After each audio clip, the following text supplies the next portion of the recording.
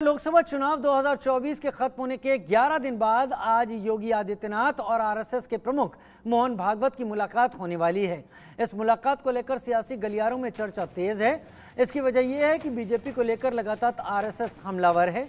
BJP को बहुमत नहीं मिलने और एनडीए के साथ गठबंधन में सरकार बनाने को लेकर भी आरएसएस बीजेपी पर लगातार तंज कस रहा है। इसी बीच आरएसएस प्रमुख मोहन भागवत गोरखपुर के दौरे पर हैं। ऐसे में योगी आदित्यनाथ और मोहन भागवत की मुलाकात में मोहन भागवत को मनाने की कोशिश होगी।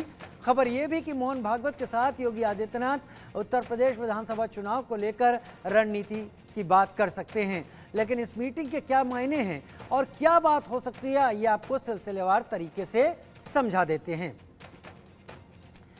लखनऊ से जो बड़ी खबर है कि आज गोरखपुर के दौरे पर मुख्यमंत्री योगी आदित्यनाथ रहेंगे। संघ प्रमुख मोहन भागवत से वहां पर मुलाकात होगी। लोकसभा चुनाव के बाद पहली मुलाकात संघ प्रमुख मोहन भागवत से होगी। कई अहम मुद्दों पर चर्चा हो सकती है।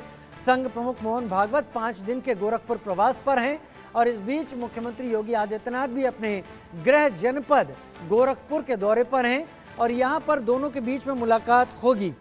हालांकि इससे पहले बीजेपी के भी कई वरिष्ठ नेताओं ने जो बयान चुनाव के दौरान दिए कि बीजेपी को अब किसी की ज़रूरत नहीं, आवश्यकता नहीं, बीजेपी अपनी मुहिम, राजनीतिक मुहिम को आगे बढ़ा सकती है।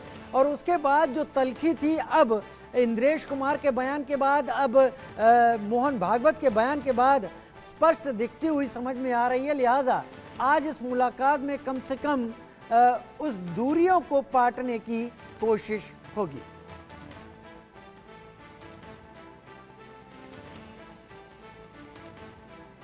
संघ प्रमुख मोहन भागवत ने अहंकार शब्द का भी इस्तेमाल किया था। संघ प्रमुख मोहन भागवत ने कटुता की भी बात कही थी। शब्दों में कटुता की भी बात कर उन्होंने अपना संबोधन अभी कुछ दिन पहले ही दिया था और उस संबोधन के मायने निकाले जा रहे थे कि उत्तर प्रदेश में जो बीजेपी की स्थिति हुई है उसको लेकर जो हालात है केंद्र सरकार बनाने में, उस पर कहीं बहुत तंज है।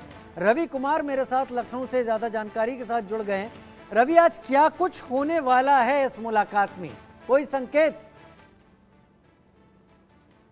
जी, निश्चित तौर पे जिस तरीके से अगर हम उत्तर प्रदेश के मुख्यमंत्री योगी आदित्यनाथ की बात करें और संघ प्रमुख मोहन भागवत की बात करें तो निश्चित तौर पे ये मुलाकात है। जाहिर है 2024 के लोकसभा चुनाव में उत्तर प्रदेश को लेकर जो भी उम्मीद की जा रही थी वैसी बीजेपी और सहयोगी दलों को नहीं मिल पाई। जो मिशन 80 को लेकर लगातार दावे किए जा रहे थे कि यूपी में सभी ऐसी सीटें वो बीजेपी सहयोगी दलों के साथ जीतेगी, लेकिन ऐसा नहीं हुआ। 40 से भी कम सीटें मिली हैं। तो जाहिर है उत्तर प्रदेश में जिस तरीके से दूसरा कार्यकाल उत्तर प्रदेश के मुख्यमंत्री योगी आदित्यनाथ की अगुवाई में किया जा रहा है, कानून व्यवस्था से लेकर तमाम सारे मुद्दों पर काम किया गया, शिक्षा व्यवस्था को बेहतर करने के लिए काम किया गया है, रोजगार क्षेत्र में काम के बावजूद उसके भी जिस तरीके से विपक्ष है वो हावी रहा है, ज्यादातर सीटों पर विपक्ष का कब्जा रहा है। तो ऐसे में सवाल ये उठता है कि आखिर बीजेपी में कहाँ कमी रह गई, क्या भीतर घात हुआ है या जो सपोर्ट मिलना चाहिए था वो सपोर्ट नहीं मिला। तो तमाम सारे विषय हैं, इनको लेकर चर्चा हो सकती है क्योंकि अब इसके बाद 2027 के लोक विधानसभा चुनाव होने उत्तर प्रदेश में। तो जाहिर है कि अब वो चुनाव भी बड़ी चुनौती रही क्योंकि जिस तरह विपक्ष लगातार अब कह रहा है कि सेमीफाइनल था और 27 में विपक्ष गठबंधन के साथ मजबूती से चुनाव लड़ने तैयार है। तो ऐसे में सवाल ये उठता है कि आखिर जो भी परिणाम आए लोकसभा चुनाव में उत्तर प्रदेश को लेकर, अब उसको 27 में कैसे बदला जाएगा, ये भी बड़ी चुनौती रहेगी। फिलहाल जिस तरीके से देश के प्रधानमंत्री की बात हो या कई सारे बड़े चेहरे थे उत्तर प्रदेश में, वाराणसी से प्रधानमंत्री चुनाव लड़ते हैं, उसके अलावा लखनऊ से राजनाथ सिंह चुनाव लड़ते हैं, उसके अलावा स्मृति ईरानी को हार मिलती है, लखनऊ के मोहनलालगंज से केंद्रीय मंत्री रहे हैं कौशल किशोर, उनको हार मिलती है। तो ऐसे कई सारे चेहरे थे जिन पे उम्मीद थी, वो उम्मीदें पूरी नहीं हुई। एक जो बड़ी जीत का अंतर होना चाहिए था वो भी बड़ा जीत का अंतर नहीं हुआ। राहुल गांधी बड़ी जीत के साथ जीते हैं। तो जाहिर है कि जो पिछले 2 लोकसभा चुनाव की बात करें, 14 या 19 के चुनाव में जो परिणाम थे वैसे परिणाम 24 के चुनाव में नहीं मिले। तो ये भी कहीं ना कहीं वजह खोजने की जरूरत होगी कि आखिर क्या कुछ वजह रहेगी। जब इतने सारे काम किए गए थे उसके बावजूद भी जो परिणाम की उम्मीद थी वैसे परिणाम क्यों नहीं आए। फिलहाल बड़ी मुलाकात है। अब ये इसके बाद भी कहीं ना कहीं एक रणनीति है वो बन सकती है कि किस तरीके से जो आगामी चुनाव है उनमें बेहतर प्रदर्शन हो, इसको लेकर भी कहीं ना कहीं चर्चा है वो हो सकती है। जी, ये तो बीजेपी के एंगल से आपने बात बताई, लेकिन पिछले कुछ दिनों में इंद्रेश कुमार का बयान आया आरएसएस की तरफ से, उन्होंने बड़ा तंज कसा था। फिर संघ प्रमुख मोहन भागवत का कहना कि उन्होंने कटुता की बात की, उन्होंने अहंकार की बात की। इन सारे संबोधनों को देखते हुए पहली बात तो ये भी बताएं कि मुलाकात कब है और क्या इन बयानों को लेकर भी बात होगी कि आरएसएस का जो अभी रवैया है उसे हल्का किया जा सके? जी, निश्चित तौर पे बयानों का भी कहीं न कहीं असर है। अब फिलहाल अब जिस तरीके से मुलाकात होगी, मुलाकात के बाद ये देखना होगा क्या कुछ चर्चाएँ हैं वो होती हैं। संघ प्रमुख मोहन भागवत हैं वो अब गोरखपुर में फिलहाल है और गोरखपुर में मुख्यमंत्री योगी आदित्यनाथ भी हैं, मौजूदगी है। फिलहाल मुलाकात होगी तो ये माना जा रहा है लोकसभा चुनाव के बाद जो भी परिणाम है उसमें बयानबाजी है या जो भी चीज़ें रही हैं जो उन लोगों को जो ज़िम्मेदारी थी एक बेहतर रिजल्ट लाने की वो ज़िम्मेदारी पूरी नहीं हो पाई। तो कई सारे अहम मुद्दे हैं, फिलहाल उसमें बयानबाजी भी जो रही है, उसपे वो भी कहीं अहम मुद्दा रह सकता है। फिलहाल देखना होगा कि जब चर्चा होती है तो किन-किन विषयों पर बात होती है। जी। किन-किन विषयों पर बात होती है?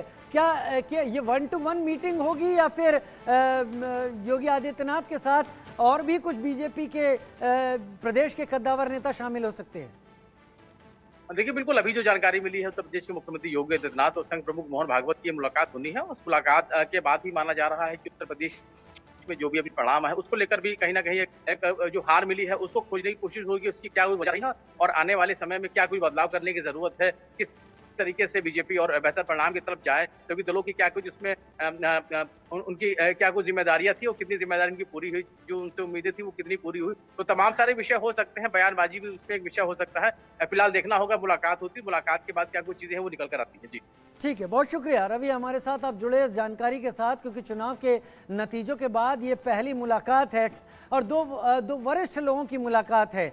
बीजेपी की तरफ से योगी आदित्यनाथ इस मुलाकात में गोरखपुर में प्रवास पर चल रहे संघ प्रमुख मोहन भागवत के साथ करेंगे। जो बयान आए, जिन बयानों को लेकर आधार बनाया गया, चुनाव के दौरान जेपी नड्डा के एक बयान को भी आधार बनाया गया था।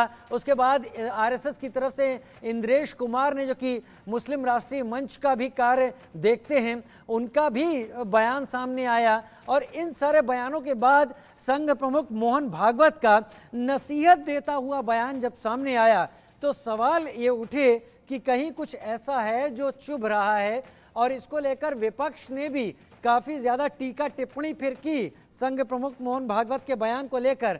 और अब योगी आदित्यनाथ इस मुलाकात के दौरान क्या प्रधानमंत्री नरेंद्र मोदी का कोई संदेश देते हैं उन्हें, या फिर आरएसएस के पॉइंट्स को समझते हैं और फिर उसे बीजेपी नेतृत्व तक ले जाते हैं। लेकिन ये आज की मुलाकात में पता चलेगा कि गोरखपुर में प्रवास पर चल रहे संघ प्रमुख मोहन भागवत से योगी आदित्यनाथ की क्या कुछ बातें होती हैं।